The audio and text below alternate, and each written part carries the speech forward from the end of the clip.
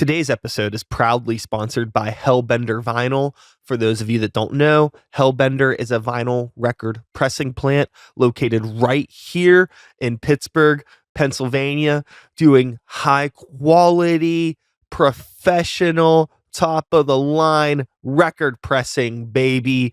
We finally got one here. There aren't very many in the world, let alone the country, and to have one right under our nose is an insane resource. So if you are a musician looking to get some stuff pressed to wax, I highly, highly recommend checking out the folks over at Hellbender.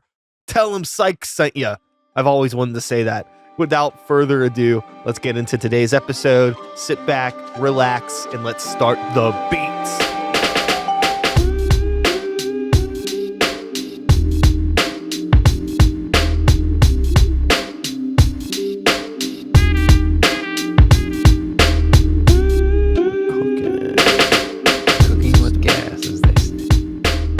Gas. Do you prefer gas or charcoal? On a grill? I guess I prefer gas. We use a Blackstone at our house right now. Yes. I've always wanted to cook on one of those. Do you like it? Yeah, it's cool. It's cool. It's nice for you can cook anything on them. You don't have to worry about, you can cook burgers, you cook breakfast, you cook eggs, you can cook pancakes, you can cook whatever you want on it. So do you have like a situation where you're able to like use it in more of a year-round type of thing, or is it more the summer? Do you have it like? It's obviously it's outside, but sometimes depending on your situation. Yeah, we're not set up like that. We're not balling out of control with beautiful outdoor spaces, sprawling landscapes and stuff. But no, we use it as much as we can. But yeah, it's on the back porch and we use it. It was nice whenever the power was out. You can just go fire it up, and that happened a couple times. Since we've had it, so it's come in handy. Handy. So yeah, there's nothing quite like having this sort of like rock and roll alt kid background, and then it all just boils down to being domesticated like our parents were. yeah looking over the fence, as they say it. Everybody's it'd be nice to have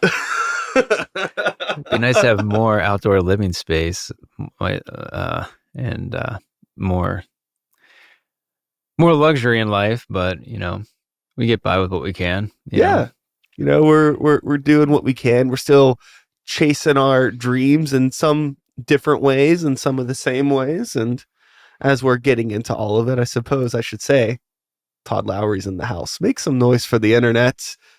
Woo! Internet noise. So you are an individual that I've known for a while, probably longer than either of us would care to admit if we're feeling sensitive about our ages, but I think we're probably fine with where we're at in life. Yeah. But with that being said, we've never really sat down one-on-one and had much of a conversation. Been a lot of passing at shows, like how's it going, how you been, blah, blah, blah. So I'm going to get to know you a little bit today, get to learn more about your background, your endeavors, past, present, and future. We got a lot to talk about. You got your hands in a lot of pots. Yeah. Doing a lot of stuff. I like to think so. So let's kick it back to the beginning of where I met you, which would be through the American rock and roll band, Once Nothing. Once Nothing, blue collar metal forever. Hell yeah. We live on. Yeah, for sure. That's how I met. That's how I met most of the people I feel in my adult life, aside from and I became a barber a little bit later in life, but yeah, for the majority of my teens, all through my 20s, and Once Nothing was how I met everybody. So yeah. I'm in the same boat where like local music and regional and touring even is just how I met people now, and everybody that I know has somehow connected to the music scene in one way or another, to a point that it's actually become a bit of a problem where it's like it'd be nice to know some people where I don't have to always fucking talk about like shows or what's going on, but it's also nice. It's a community. Yeah, for sure. It's nice to be a part of something. Yeah, I think it's nice to be a part of a part of the scene, so to speak. If that's even a thing that people still, that's even still a term that still people Absolutely. exist still. Yeah, I don't know. absolutely. It's so funny. I know that so Once Nothing is a band that I don't know what status you want to put on that band. And I know that you've done stuff outside of Once Nothing as well. But talking about Once Nothing, and how things were in those days and the early to mid to late 2000s, and now we're almost 2 decades later. It's the same. It feels the same, like the kids still act the same, people still do the same things. The only things that have really changed are some nuances in the styles of music that are popular, some nuance in the bagginess of the clothes. It seems to go up and down, Yeah, every 10 years it cycles from loose to tight. But I think the mentality is still there. Yeah, well, I mean, I loved being a part of it, and I mean, being being that Once Nothing isn't as active as we were. I mean, that was all we did was for years and years. My life revolved around Once Nothing. It was great to be a part of that scene and to meet people and to build friendships and the that's really the only thing that I look back on and miss these days, though. As growing up, being removed from it. Yeah. I loved every minute of it, and I look back on it fondly. But I mean, other than the friendships and the relationships, it's nice to also grow and sure. move on to other things. Yeah, I mean, traveling ain't that exotic. Owing people money ain't that exotic. Living in the van, traveling isn't that exotic, right? Yeah, sleeping in the van isn't that exotic. Right? No, it really ain't that cute. Yeah, but I mean, it was the best. But hell yeah. Yeah. I'm curious, moving into your the barber stuff, which eventually ended up becoming a business owner. So Black Dog Barber, right, is the business that you own. Mm-hmm. I'm curious about, prior to all of this, what, if anything, from this DIY, get it done, independent mentality, led you into taking the route that you did as a barber and becoming a business owner? Do you think there was anything from the music world that came into what you're doing now that you learned? Oh yeah, for sure. I mean, the grind of it all. I just decided to, when I finally found barbering, I just decided to put all the same amount of energy that I did in Once Nothing, just put that into barbering, right? And that's 150%, and just kind of grind it out. Day by day, putting in hours, cutting people's hair, building clientele, building relationships, showing up to work every day, and just committing to the craft, and just kind of becoming a barber, Just kind of with the band stuff, it was that's what you wanted to do, is you just wanted to be in a band, you wanted to play shows, you wanted to write good music, you wanted to be on good tours, and to me, the way that you did that was, at least back in the early 2000s, was you got in the van and you just grinded it out. Day after day, you showed up, you played your shows to, sometimes 10 people, sometimes a few hundred people, sometimes 1,000 people. But every day you had to show up early and put in the work and grind it out. In the Once Nothing days, it was always, how did you guys get so tight as a band? It's well, we do this. This is what we do. We're not pretending to be in a band. We aren't a band. We're not pretending to be. Yeah. I'm not pretending to be a vocalist of a metal band. I am a vocalist of a metal band. I don't do anything else. Mm-hmm. And then becoming a barber, I looked at it the same way. It's no, this is what I do now. It's I'm a barber, so I have to put in the time and the reps and become a barber, Yeah, absolutely. Commit to doing it.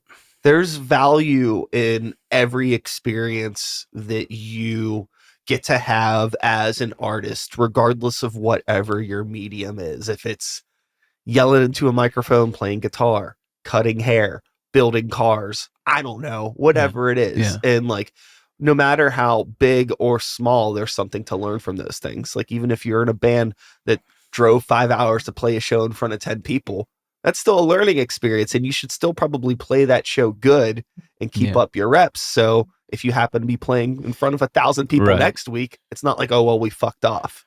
Right. Yeah. You know? Yeah. When the opportunity comes, you're ready.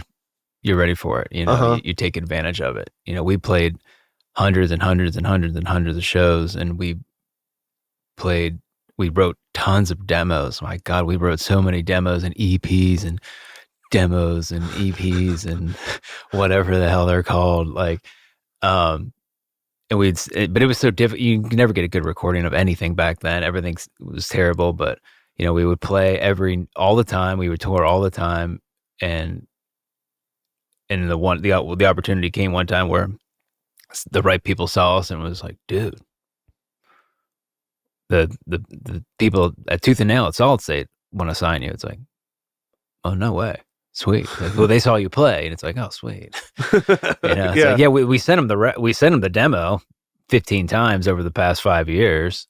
It's like, but they saw you play, and it was like, oh, okay, sweet. They saw us do what we do. Yeah, they saw us doing what we do. You know, that's something that I yap about so much on this show. Is the value of live music and just being a tight band. In the era we live in, one of the things that is really cool but simultaneously problematic is how easy it is to get a good recording now. How easy it is to get good photos, get merch. Like, it doesn't take much effort to look like a really well put together band. But that doesn't change that you still need to put in the time to actually be able to play. Yeah. Nothing has changed that. So it's like, I think that, I mean, back then, if people were exhausted with demos and stuff like that, they're definitely exhausted now. Because the people that run this shit know you're not bamboozling them. You might bamboozle some high school kids, but they're going to know, like, this might not be legit. It's so easy to fake stuff now. So it's so important now than ever to be able to, like, get on a stage and just fucking crush. Because that's the only way you're going to get people to really care about you past, like, oh, well, that song's on my, like, workout playlist. Okay, that's cool. It's temporary. I don't want to be like wallpaper music for somebody. I want to have an actual experience with somebody. Yeah. And I think especially in the hardcore scene, in the punk rock scene, the metal scene, whatever you want to call it. I mean, that's where the good stuff is in playing live, the tight bands, the super tight breakdowns, you know, that. Yeah. You know, and that's music that's like, I mean, you know, this is nothing against hardcore or metal or any of that. I come from this background. I love this stuff, but we're not talking about high art by any means. And, like, I don't think, like, so much of this stuff is really even meant to be, like, cataloged in a library for, like, listening to at home. It's nice to be able to listen to this stuff in the car, but this is stuff that's written to be in a fucking sweaty room with a bunch of kids yelling very loud. That's what this music is for. Yeah. You know, so that's where you need to be focusing on, like, putting that energy out there and focused on, like, the end goal is not to make, like, a really good record that's going to get Grammy nominated or whatever. That's cool. But the end goal for me is to be like, how many kids can we pack into a room and be yelling the words to this fucking song? Sure. That's the goal. Yeah, that's always a great vibe. That's a great vibe. With, you know, moving into the barbering thing outside of the music, there's a lot of parallels that I could see in regards to, like, the business end of things and also the work ethic end of things. But from a logistical standpoint, it's a lot more of, like, an intimate, quiet situation. It's a lot less chaotic. Like, you can't be acting the way that you would on stage when you're cutting somebody's hair, right? There's a yin and yang of personalities going on here. Yeah, for sure. So I'm curious, like, what maybe a lot of time focusing more on, like, barbering and running that business and not playing on stage so much has done to your personality over time. Have you found any change from not being so involved in, like, the DIY music world? I mean, I don't know. I feel like my personality's always kind of been the same. I'm much better one-on-one than I am in big group settings. I was cool in big group settings because I was playing with my band, right? I had my guy, I had my dudes behind me. Yeah. And it's Uh, almost like you have like a reason to be yeah, there, right? yeah. But as far as, being an introverted person, this outgoing person that needs to be the center of attention, that is not me at all. I'm fine being more reserved. So the more one-on-one conversations, they work for me, to be in the so I don't know if I had to change my personality too much, but um uh Sure. I mean I a lot of times I always have music playing in the barbershop. I always have if I'm not listening to music loudly, sometimes I'm watching movies, like classics, like watching like old horror movies or movies from like when I was a kid, like like Hook or something cool. So there's always a vibe going on in the barbershop that helps break the ice to help bring out my personality without me having to like talk and uh you know be the center of attention. Like my barbershop kind of is my personality. It's kind of like walking in here with you. You know what I Yeah. mean? Like you can tell like you put your personality like all over this place. Totally. So it comes out. Something that I had thought of, and hopefully this question makes sense. It has to do with like, I'm going to try to parallel mute playing in bands and cutting hair in a weird way. Sure, But I'm here for it. maybe this will click with you. Yeah. So I've never cut hair. I don't even have hair. But I have an understanding of like a lot of hair cutting is like a lot of like almost like diagrams and patterns and learning how different like it's like there's like weird like geometry to it and like Sure. learning different things for different things. Sure. And in a way, writing music is also kind of a geometry. Like you learn different styles and like what kind of works, and then once you figure out how to like metaphorically do a haircut or write a song, you can write songs in that style. But over time, music changes, styles change. Hairstyles, I think, also maybe change and different trends come up. So what has it been like over like the past like decade or more of like different hairstyles coming in and needing to learn how to do different styles of things? Is that a thing? Where you gotta like you see new trends popping up and you're like, shit, I don't even know how I'm gonna do that, or fuck, I have to cut hair like that now, or do things like this that I didn't do before. Does that make sense?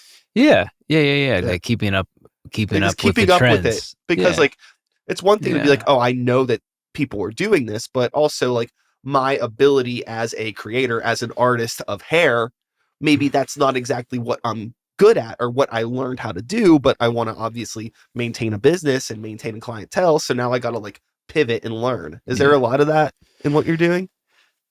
I mean, yeah. I mean, there's levels to everything, right? Totally. There's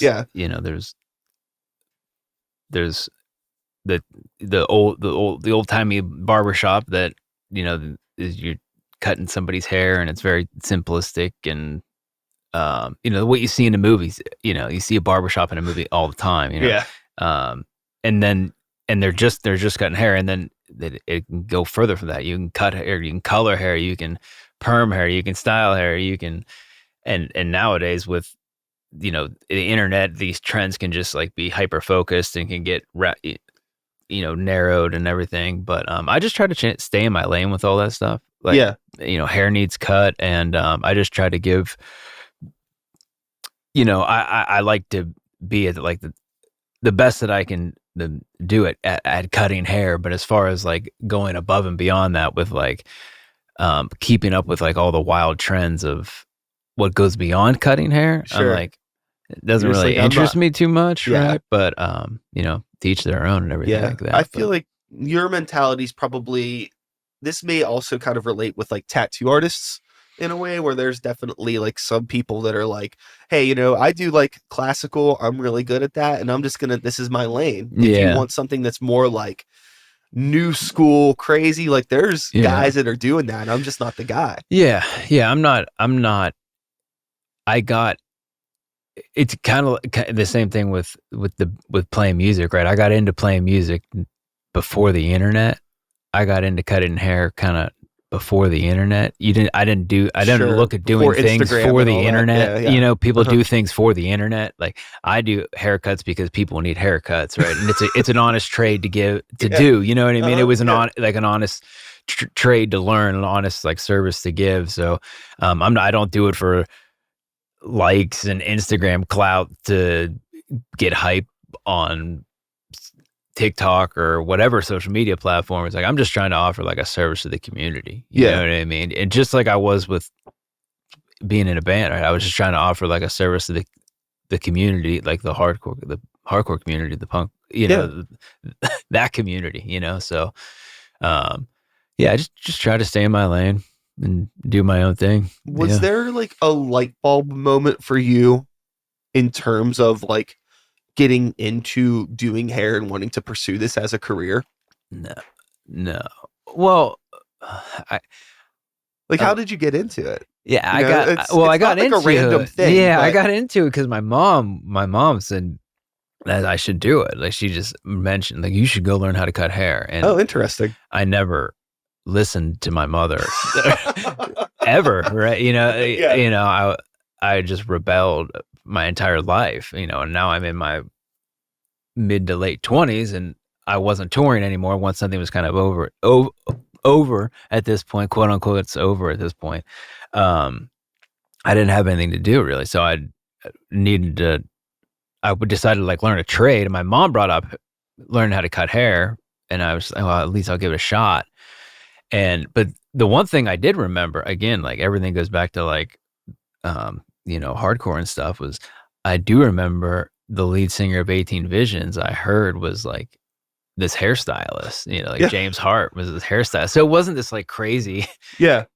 thing to me, like out of left field. But yeah, I just decided to like give it a try, and I liked it, especially like the cutting hair aspect of it, so I just focused on that, became a barber. And yeah, again, it was something I was like, if I do this enough times, like I'll get good at it. Yeah. Just like anything else, if I Yeah. so decided to give it a go. And yeah, I didn't hate it, and so and end up, but I ended up just realizing it's like, oh, I can make money with this, and I like this. This suits my personality, like, and it's me just doing my own thing again. I'm not playing shows and touring and being in a band like that, but it's like I am just getting up in the morning, like people are coming to see me. I cut their hair. We bullshit. We talk about music. We talk about movies. It's chill. It was a good Yeah. vibe. What was like getting into the industry, to say, like, at first? Did you find any like challenges being like, kind of like an alt kid trying to get into this world before you own your own business? I imagine you had to like go to like work at like different salons or something. What was that like? Yeah, I mean, for the most part, like if you're a guy that's getting into hair, well, especially, I should also preface, like I didn't start off in the barber lane, right? I actually started off in the unknowingly. I did not know I started off in the cosmetology lane. I didn't know there was a difference between cutting hair if you were a guy or a girl. I had no idea, right? I thought if you were a guy and you were cutting hair, you were a barber, and if you were a woman and you were cutting hair, you were a stylist. Yeah. I was halfway through the closest school to my house that you can get, licensed to cut hair, just to find out like I wasn't going to be a barber. Because they asked what I was going to do. Like, are you when I'm out of school? I'll probably just go work in a barber shop, cut some hair. And like, well, you're not going to be a barber. I said, what do you mean? They're like, you're in cosmetology school. You're going to be a cosmetologist. And but again, I didn't hate what I was doing, but I ended up, long story short, I ended up getting my cosmetology license and then apprenticing to become a barber. So, but in that interim, being in like the straight hair world, you know what I mean? Like the cosmetology world, a lot of those guys, like in the hair the cosmetology hair world were, you know, super artistic dudes, you know, super outgo like artistic, Yeah. you know, individuals. So I kind of fit in that way. You know, I wasn't totally out of left field, I guess. I mean, I had a lot of more tattoos than a lot of people, I guess. But Yeah. other than that, you know, I kind of fit in. You know, the worlds do kind of cross over, especially nowadays. You know, Oh, definitely. nowadays, you know, I've been doing this for a long time now, but over 10 years, and they've crossed over immensely now. You know, Yeah. now people are like, "Oh, you're a barber. That's cool." You know, nobody thought being a barber was cool when I started. Everybody was like, "You're a barber? Like, why would you do that?" You know. So everybody has hair. Well, for the most part, some yeah. people do. I don't. But Yeah. with transitioning into, you know, becoming a business owner, what was that decision like for you? Was that something that you had always wanted to do, or was it something that you just slowly realized over time that it might make more sense for you to do? From the get-go, like from the jump of like cutting hair, like learning how to cut hair, it was like, okay, eventually you could go into business for yourself doing this. But again, I was doing when I was in that hairdressing world at the beginning, it wasn't something that really appealed to me. Like owning a salon Sure. did not appeal to me. I had no interest in that. But then when I was just pivoted to barbering and got into that world, I was like, oh, this is much more conducive to me, right? I could do this by myself if I wanted to. You know, I don't need this big. It's not that big of a deal. So it was always kind of like the inevitable goal, but I wanted to at first, like just get licensed and learn from actual people, right? Apprentice under people, get under good people, and watch them cut hair, learn from them how to do it, to make sure I was good. I didn't want to just go out, just open up a business. You know, I wanted to be very seasoned. Sure. You had to play those shows. Yeah. Right? I wanted to have a lot of those a lot of the VFW shows in, a lot of VFW shows, a lot of basement shows, a lot of those shows. I need a lot of those before, you know, you get the opportunity to play. I mean, maybe even like a Mr. Smalls in Pittsburgh, right? Or, you know, the Rex back in the day, or Club Laga back in the day. Yeah. I mean, I don't know how far you go back. Altar Bar, I was there. Wherever. Yeah. All those good shows. I have a lot of memories of seeing bands like 18 Visions at Laga when I was in high school. Yeah, for sure. That stuff was like pivotal. Do you remember Rise Up Fest? Yeah. Dude, I tell people about Rise Up Fest, and it sounds unbelievable now. Yeah, like that you can't even wrap your mind around it. Yeah, that lineup is crazy. I looked it up one day, like I did a quick Google search of it, and it blows my mind still to this day.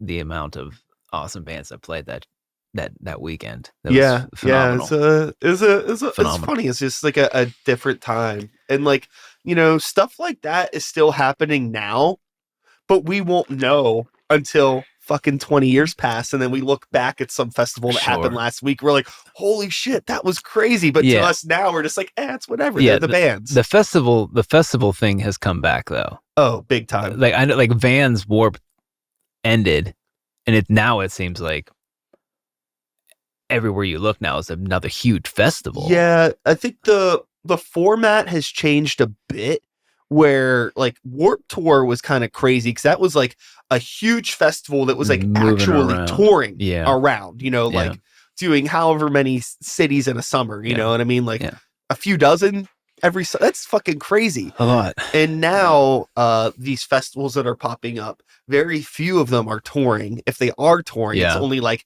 a half dozen dates, but most of them are just kind of like these pop-up 2-3 day festivals, like on the outskirts of places like Austin or Denver or LA.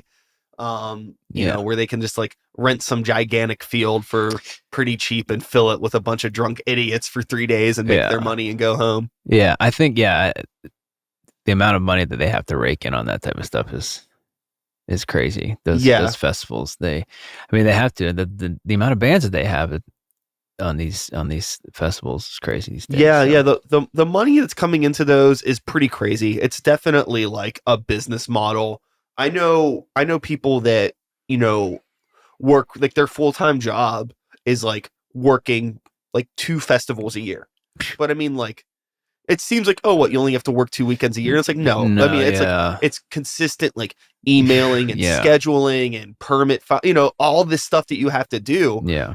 But that's the thing is like, they're not getting paid in that time. Right. But it's such a huge payout at the end that it makes it worth it. You're basically making like all of your money for the year or half a year off of one weekend. Yeah. But you're working for it the whole fucking year. It's just that's like kind of a weird, stressful way to live. I don't know if I'd really be about that. Yeah. I think there's something a little bit more nice, and going back to using this word again, domesticated, about having like a more reliable, steady paycheck, doing some good, honest work, something like barbering, where it's just like, hey, as long as I got some clients coming in, like, I don't need this huge fucking, not trying to chase this huge pot of gold at the end of this metaphorical rainbow. Yeah. Yeah. You might be chasing it forever. You might never find it. Yeah. No. I mean, we, kind of, it was nowhere near as big as these festivals, but Once Nothing last Christmas, not the one that just happened, not 2023, not 2024, but Christmas 2023, we played Christmas Burns Red with August Burns Red out in Lancaster.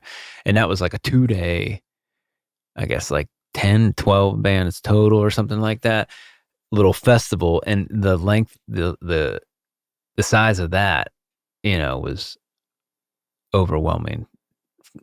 And to think that, they're doing that, your buddies are doing 4 days of shows with triple those amount of bands and equipment and tractor trailers and all. And the infrastructure for that stuff is crazy. Yeah, I just couldn't imagine. Especially if you're like backstage at some of those things and just seeing how everything's operating from like the logistical standpoint, with all of the workers in place doing their things. It's just like, it takes a lot of work to do it right. Yeah. Yeah, it's overwhelming. It's cool. It's cool to see like behind the scenes of it, but no, thank you. Much happier just cutting hair all day and going home. Yeah. So, outside of the barber shop, I know that we talked a bit about Once Nothing. Are you doing any other music stuff currently? Whether, even if it's just for personal pleasure? Yeah. Actually, the buddy of mine randomly sent me songs that he wrote a few months ago. They're like dark wave stuff. Oh, cool. Yeah, something that I never really was too into, didn't really listen too much of. But so I've been dabbling into that, putting lyrics and melodies and to some like dark synth wave type stuff. I don't know if there's no timeline on release or anything like that. Sure. But right now it's like 4 songs, almost 4 songs that were almost ready to release if we decide to release them, I guess. But there's no timeline on that. And other than that, I just when I can, play guitar at the house and play bass at the house sometimes. I still like just singing songs to old country music songs, like Johnny Cash songs and Willie Nelson songs and Merle Haggard songs and stuff like that. Yeah. I mean, I do that at home. But that's about it music wise, unfortunately. But if the opportunity comes up with Once Nothing stuff, and everybody's down to do it. Yeah, we're usually good for a good time party. To do a few dates. Fuck it. Yeah. Yeah. So creatively, then outside of music and the barbershop business, there's also this clothing brand that is happening. Trying to build. Trying to build. I mean, this is in the very the beginning stages of something. Yeah, very, very infancy stages of it. Trying to carve out a niche, carve out an identity in the almost like alternative fashion, dark alt retail space, if that even is a thing, you know. But yeah, almost like dark streetwear, so to speak.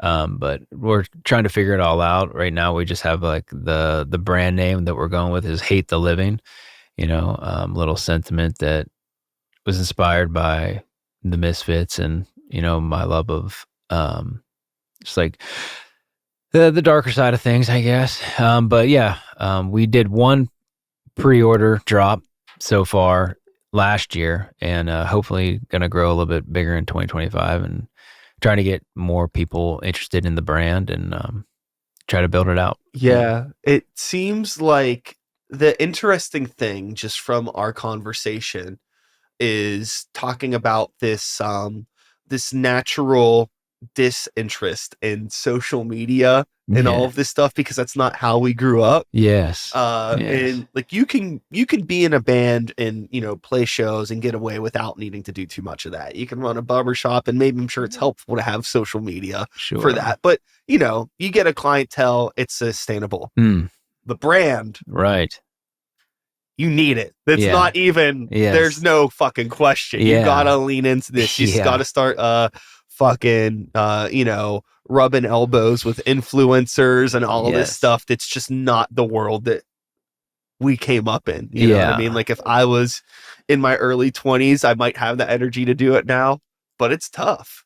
So you know, I know you got it. That's a big learning curve. Yeah, I'm definitely trying to basically learn a new language right now. That's an interesting way of putting it. I mean, really, it's a new language. It's the language of social media and followers and online interactions. You know, trying to build a brand, trying to tell a story online, so to speak. Yeah, develop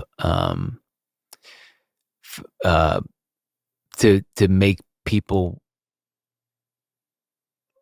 interested in what you're doing online. Sure. Is an interesting task. It's an interesting undertaking. The simplest way that like I can put it into words is really just trying to find a way to engage people's native interests. Yeah. Like find the things that it's like, you know, what kind of people you're trying to target with that your identity. You know, you have this dark alternative, some could call it gothic, some could call it metal, some could call it, you know, it's a, you know, dark clothes for people with tattoos or that probably want to get tattoos, or, you know, so like there's all of these things. I was like, okay, I get like there's an aesthetic here. Right. So it's like, how do you kind of tickle the interests of people that are already interested in those things? Yeah. While being authentic too.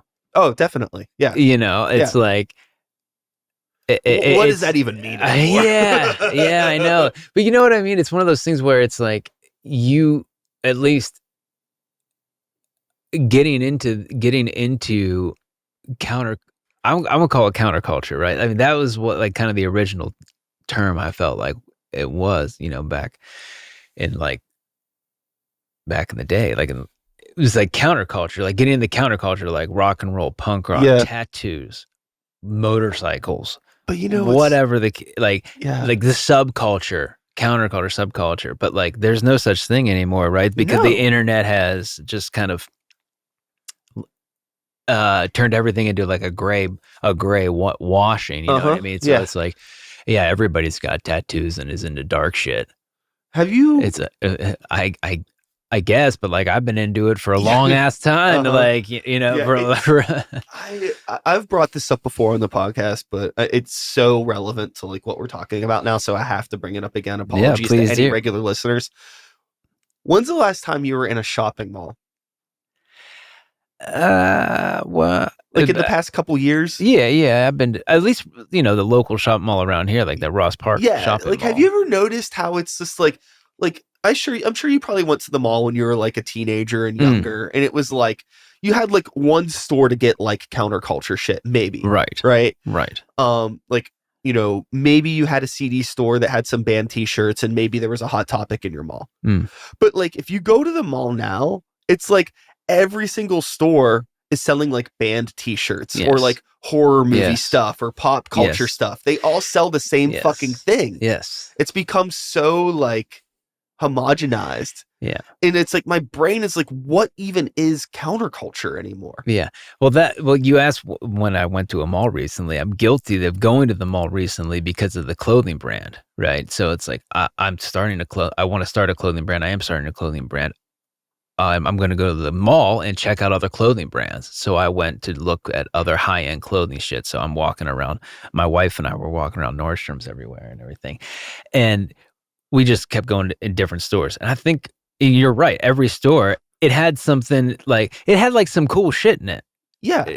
That like you could get, that you might want to buy. But it's like, you couldn't find it back in the day. That's why dudes wore girl pants. You know what you wanted tight pants, you couldn't find it. You had to wear girl jeans if you wanted tight pants. Now it's like, if you want tight pants, just pick a brand, right? How tight you want them. We'll just pay, you don't even need to wear pants. We'll paint it on, So everything is super accessible and easy to you can get whatever you want nowadays is basically what I'm saying. Like I literally just bought for my barbershop, I have like, two things. They're kind of funny stories, but like one, I just bought a doormat, not for the outside door because I want to keep it relatively nice, but it's for when people stand at the ATM to draw money out for the haircuts. I put a doormat there, so they're standing on a doormat. It's a Wu-Tang doormat. You know what I mean? It says, "Watch your step, kid." Yeah. I got it on Amazon. You know what I mean?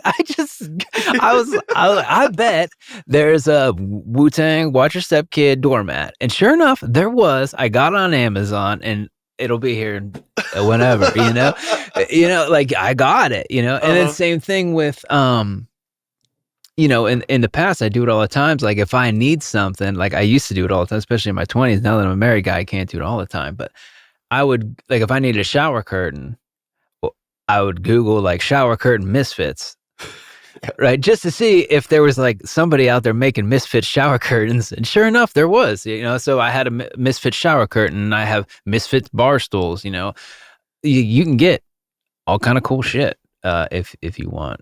Yeah. It's a lot more accessible. Yeah. I mean, I get the question a lot about like, hey, like, where did you get those arcade machines? It's just like, I asked you that when I came in. Yeah. You're like, they're you can drive out to McKnight Road to you can get one on your way home. You can get one on your way home if you want.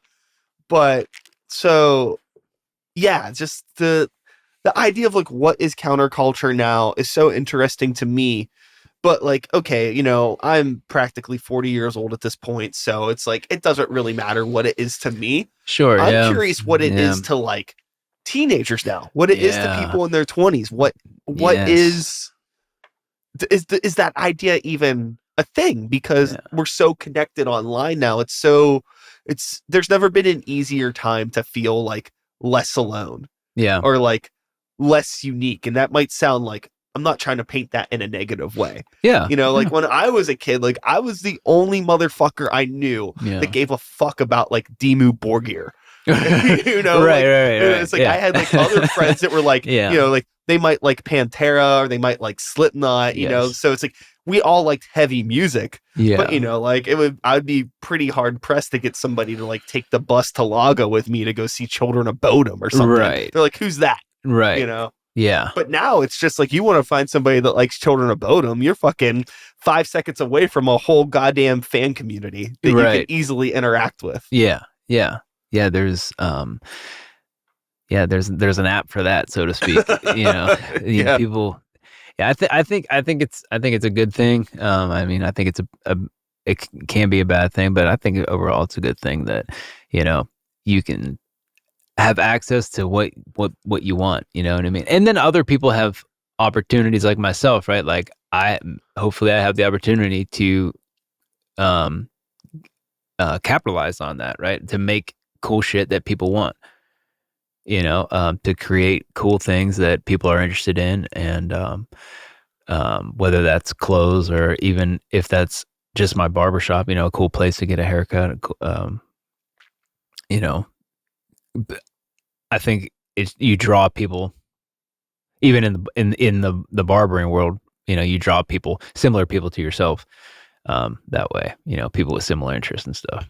Yeah, you put out the energy and the vibes that you wish to receive, or whatever sort of like fancy schmancy spiritual sort of stuff. That's why you put the back patch on your jean jacket. Yeah. Just in case somebody else is like, oh, fellow Metallica fan.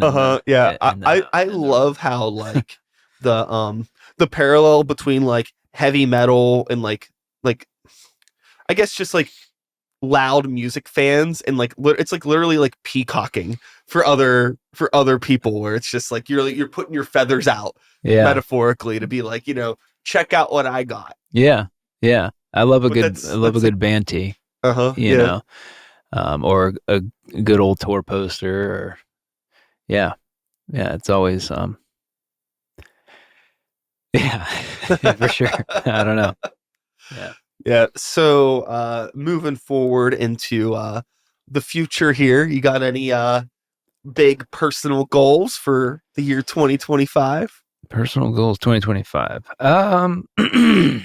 Just continue working on the brand stuff, the Hate the Living stuff. I'd like to see some traction in that. I think that would be a lot of fun to, you know, I just always loved like one of the aspects of being in the band, right, was making the merch.